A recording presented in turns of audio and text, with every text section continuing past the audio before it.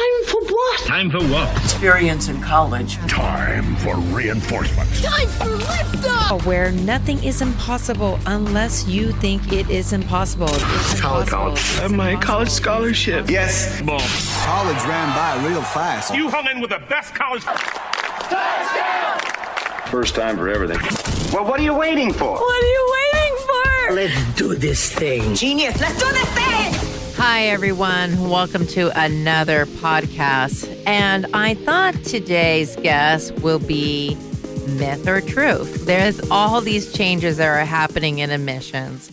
And I'll be honest, I'm a little bit excited about all the changes because it allows students to be their best. And isn't that what all colleges want, is a great student, a great applicant who will make their campus better without focusing on other items like a number. So let's go over some myths or truths. So are you ready? Are you ready to listen? You got your thinking caps on? So let's go. Question number 1. You can increase your chances of admission by changing your profile to fit what you believe each individual admissions committee is looking for. Truth or myth? Myth! Why is that a myth? Well, keep in mind that, again, you can, every year, each college has a different directive, what they're looking for, what their campus needs in general. So you never will know what they need. Maybe one year they need a flute player for their band. Guess what? The next year they're not going to. Next question. Committees changes all the time, but each is looking to craft a well-rounded freshman class based on the current pool of applicants. Second guessing will only deter you from being yourself. The truth of the matter is, if they don't want you to begin with, then you don't want them. Myth or truth? Truth. Yeah. So college reps are going to change all the time. So you just got to be you, be your best, right? Kind of gave you the answer earlier. All right. Taking a serious class like an AP Physics looks better on your transcript rather than, let's say, something that you've done a lot of work in, like art, such as AP Studio Art. Is that a myth or truth? Well, that's a myth. If you are just as great artist and your school offers AP Studio Art, love high schools that do that. That's really amazing. And to kind of show that passion, how you've made some accomplishments, is so important, right? Maybe physics is not your thing, right? You need that higher level algebra 2 thinking on there. And what if you struggle in that class and don't have a good grade? So you really want to focus on challenge, yes, but also something that you're engaged in and love. So notice the and on there. Okay, you can start the application process really late, like in 12th grade year. You don't have to start early. Myth or truth? Well, technically, it's both a myth or truth.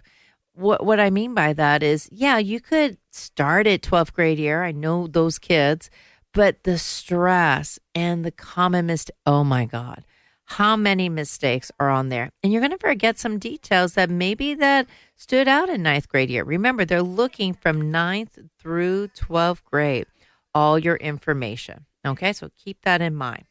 All right, next question. An A in a regular pace course looks better than a B in an honors AP course because your overall GPA would be a lot higher. Well, remember, they're not just looking at a number anymore. Yay! They're looking at the type of courses, how you challenge yourself. So you're going for that easy A. They smell that, right? You know when someone's being phony to you, right? You know if someone is not being sincere to their education. Remember, this is about relationships. So we're dealing with professionals here in college admission. So you have to be really aware of that. So they will look not only at you taking that challenge course, but also don't forget they're looking at your progression since 9th grade year as well, too. All right. Colleges are looking for highly motivated students who challenge themselves with increasingly difficult courses, even if it adversely affects their overall GPA, right? So you know the answer to this, right? Myth or truth? You were listening earlier. That's a truth. Okay. Here's a big question, especially with this test optional era we're in. Your SAT score is the most important part of your application, and you got a 1600, basically a perfect score. You're basically into the school. That is a big myth, right? If schools like Caltech or UCLA or Irvine are going test-free, aka test-blind, but that's why we're using test-free. It's not very appropriate that way. The test doesn't say everything about you.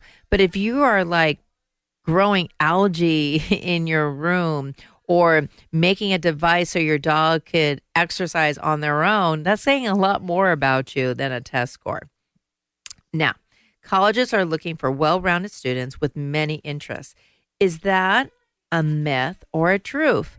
Myth. It is so much better for you to decide on 2 or 3 activities and really show your accomplishments. Now, I get it. If you're a 9th grader, new school, you don't know if a meeting's going to start every week, if the moderator or the president of the club is really engaged in activities.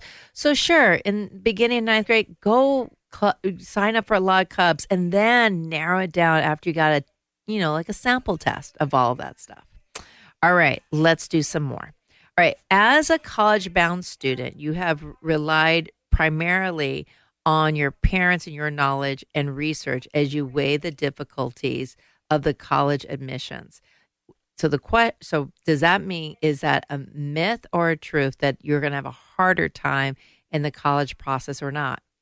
Well, it depends, right? Did you really do your homework? If you did and you talked to the college representative, fantastic. If it's mainly your parents or guardian doing all the talking or paying someone else to do it for you, well, how much do you really know about that campus, right? I can't tell you how many statements I hear from students that seems like they're answering the question what they think the admissions committee wants to hear versus who they are, right? Think about it. It's your interview on paper. All right, so it's really important, right? So it's really important for you to look at that, okay? Colleges, here's another one. Colleges won't notice if I just copy and paste from one of those booklets about the best college essay statements to use. True or false, or myth or true. That's a myth, right? They're going to get a sense of who you are. I actually was reading about one college counselor who said that in one of the admissions things, a student really was talking about something totally different about themselves versus what the recommendation was, like talking about their accomplishments and stuff. And it was not in sync with the whole application. Remember, they're reviewing everything very quickly, mind you, but they're reviewing everything out there. Okay. Selling yourself means putting a positive spin on everything. Is that a myth or truth? That's a myth. Just as well as bragging about yourself is a bad thing. What does that mean? Well, remember, sometimes, I don't know about you, but I've learned so much about failures in my life. And so you could talk about a mistake or hiccups, how you've grown. Just keep in mind, this is not a therapy issue, right? So this is not something you talk about to your therapist or your counselor, you may not necessarily want to put on your statement. But if there's a failure in your life that you really grown from, that motivate you to accomplish other things, go for it. And remember, honesty is really important, not modesty in the college application process. So you should know this answer then. Weaknesses are great learning experiences and failures can make great essay topics. So be sure to consider any and all meaningful experience you've had in your life. That is true, right? So it's really important.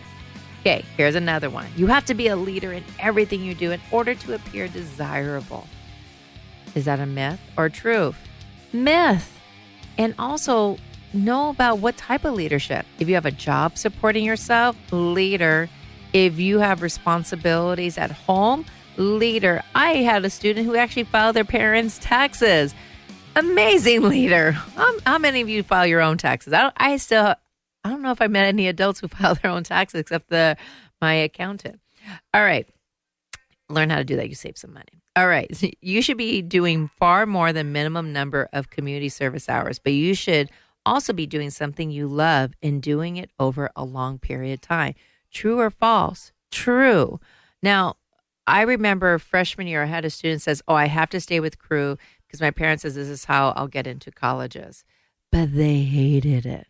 They dreaded it. And I'm like, do you? Like, do what you love. Because just because you're in a sport doesn't mean it's guaranteed.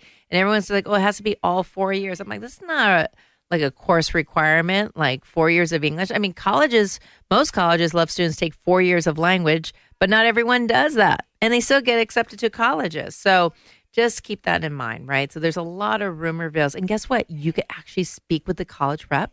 There's a representative from each campus who could talk to you about this. Okay.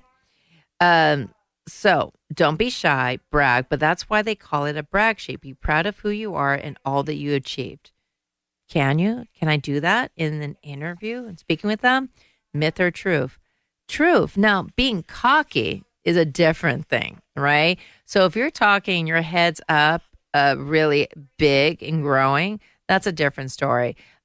Being someone that doesn't really show that you have care for the rest of humanity, that's a different issue. There was an article that I read where someone talks about hunting and someone's point of view is like, that's great. They could talk about bonding with their parent or being in nature, but the essay all focused on killing animals. And it brought a bad taste for a lot of the committee members. So always be mindful. There's someone else reading this. So keep that in mind. And you don't know who's reading it. So be mindful on there. Okay. A high score on an SAT guarantees you a spot in a top nation's college. False, right? There's some schools that are test flexible, like Georgetown University and others, where testing is important. But like I said, 1,500 colleges are going test optional for fall 2022. And Stanford University was one of the first ones and one of the most selective ones. I can still take a SAT subject test to show my worth in being a great test taker. Myth or truth? That is a big myth because guess what? There is no more subject test. No more subject tests out there. You could take the AP exams. Again, it's not required for the colleges. If you feel that you're going to do really well in that, that's fine. But the class is great. My personal favorite is taking community college classes. That's something that's really important. Okay. Are you ready for the next one? Here we go. All right. Does it look not good for me to work? Is it better for me to do an internship at my dad's job versus a job at Subway? A paid job is a paid responsibility. And that I remember there's been a couple of college panels and they're like, oh my God, I love when you work. Oh my God, I love when they take transferable community colleges. Remember, in California alone, it's 115. There's a lot across the nation. And there's so many that you could do online. So that is a great option. I have a fantastic personal statement, AKA college essay. Everyone says, oh my God, it's the most incredible one. This will get me into college by itself. Myth or truth? Myth. Remember, they're looking at everything. The transcript, the type of courses you take, your activities. Some campuses are even looking. Have you opened your email from them? Did you do a virtual tour? Have you visited their campus, right? Virtual is just as good. Have you reached out to them? If your school is able to visit you, did you have a meeting? Did you schedule so plan ahead, right? So remember, for everything when you wonder if it's myth or truth, check the college website. I remember today someone said, Boston University hasn't announced that their test option for fall 22. Went into the Google machine, typed the question, made sure it was from Boston University, and it is test optional. So you check the website, make sure it's up to date and for the class that you're applying for. So for any younger kids, right, who's not applying for fall 22, everything is up in the air. So guess what? Email the college admissions. A lot of times it's just admissions with an S at the end at college.edu, but double check the website and email them and ask, when will you find out? What would you recommend? Do you think it'd be preparing? A lot of them would say, probably, I don't know. We'll find out spring of the end of your junior year. And a lot of them will tell